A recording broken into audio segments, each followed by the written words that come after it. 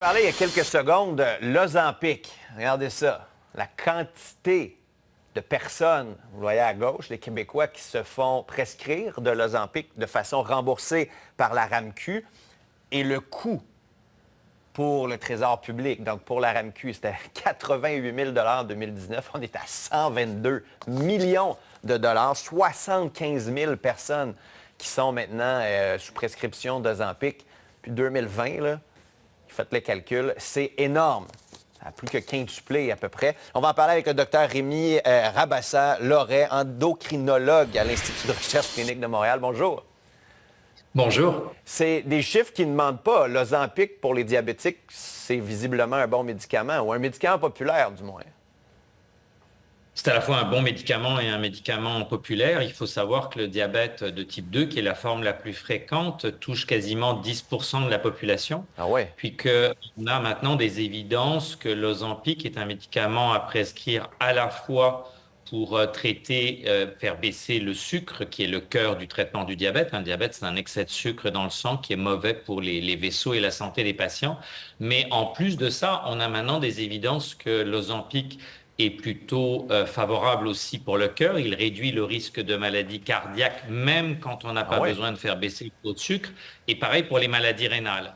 Donc, si on regarde les centaines de milliers de personnes au Québec qui vivent avec le diabète de type 2, les indications sont très larges. Maintenant, en même temps, je reconnais tout à fait que les coûts sont très impressionnants. Bien, à quel moment on va avoir un générique? Je pense que c'est la question que tout le monde se pose, même ceux qui le prennent juste pour des questions d'obésité, qui ne peuvent pas se le faire rembourser par la RAMQ. À quel moment on va avoir un générique? Alors oui, les choses que je vous ai mentionnées précédemment, c'est pour les gens qui vivent avec le diabète de type 2. L'obésité, c'est tout un débat extrêmement important à part. Ce médicament va devenir générique dans les prochaines années, prochaine étant moins de 2. Donc c'est quelque chose qui va être. Après ça, si je prends ma casquette de directeur de Diabète Québec, j'ai, en plus de celle qu'à l'IRCM que vous avez mentionné, je pense qu'on peut dire que le rabais pour un générique pourrait peut-être être un petit peu plus généreux, surtout sur un médicament vendu aussi largement que ça. Un générique, en gros, c'est 25-30% de moins que le prix de l'original. Ça laisse quand même un coût très important. On peut regarder le rabais ou on peut regarder le coût résiduel qui est non négligeable. Mais oui, l'Ozempic est un médicament qui a de très larges indications pour le diabète de type 2, pour l'obésité aussi, mais là, c'est un débat qui est vraiment très compliqué et très compliqué d'avoir un débat calme sur les indications possibles de l'obésité. Pourquoi vous dites ça? Pourquoi c'est compliqué? Parce que l'obésité, si on étendait les indications de l'Ozempic à l'obésité en étant un peu large, ça fait quasiment une personne au Québec sur 2. Si on se base juste sur le poids, je pense que par contre, c'est absolument pas un médicament pour perdre du poids, c'est un médicament pour perdre du poids quand on a une condition médicale qui peut s'améliorer avec ce médicament. Ou dit d'une façon un peu brutale, ça n'est pas un médicament pour perdre quelques kilos pour rentrer dans son costume de bain avant de partir dans le sud. C'est un médicament qui peut avoir une indication dans certains cas pour l'obésité, pour aller réduire le risque ou améliorer des indications médicales bien précises. On pourrait par exemple penser, avec les listes d'attente astronomiques qu'on a en chirurgie orthopédique, que quelqu'un qui pourrait perdre 6-7 kilos pourrait attendre dans de meilleures conditions sa chirurgie du genou, voire même ne plus en avoir besoin. Mais vous savez peut-être qu'au jour d'aujourd'hui, la RAMQ a un règlement qui fait que les médicaments pour l'obésité ne peuvent pas être pris en charge. Puis l'autre partie de ma réponse, quand c'est pas calme, l'obésité n'est pas du tout une maladie de gens qui mangent trop et qui ne font pas d'activité physique. Il y a des aspects génétiques et sociaux très importants dans l'obésité. L'obésité est une maladie au même sens que l'hypertension, que le diabète de type 2 par exemple.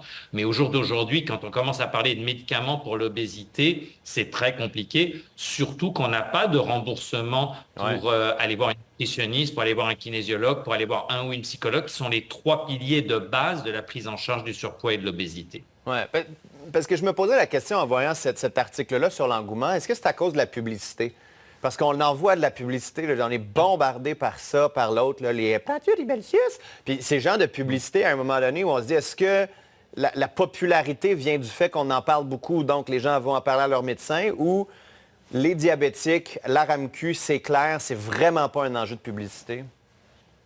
Non, non, je pense qu'il y a un enjeu de publicité. Là, je vais m'exprimer à titre personnel. Je suis très réticent pour la publicité pour les médicaments, même si nos voisins du Sud ont beaucoup plus Hey. d'excès chez nous. Bon, je crois qu'on peut s'entendre pour dire que le matraquage pendant les Jeux Olympiques était à la limite du supportable. Et la limite du supportable, ça s'appelle insupportable. Mais est-ce que vous le voyez, ça, chez vous, même chez Diabète Québec, est-ce que les gens vous posent des questions en disant, ben là, je l'ai vu, moi, je pense que ça pourrait m'aider, j'ai un peu mal à la tête quand je mange du sucre, je serais peut-être un peu diabétique, j'en aurais peut-être besoin tout de suite.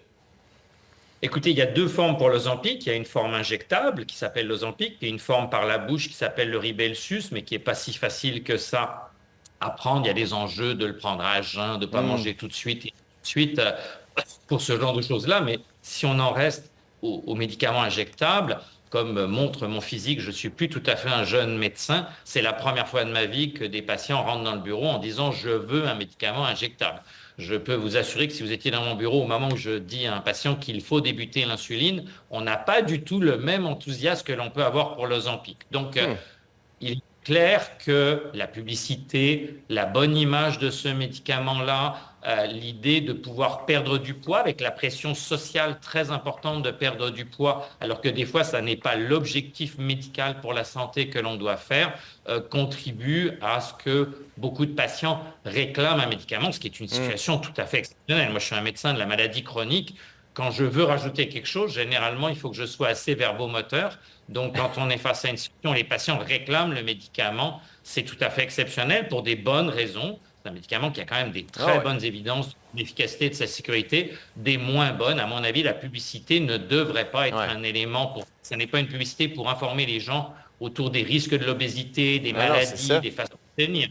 C'est une Vraiment publicité pour vendre un produit. fascinant. Merci, merci beaucoup d'avoir été là. Toujours un plaisir de vous parler, Rémi Rabassa Loret. Vraiment très, très fascinant. Merci. Merci à vous. Bonne fin de journée.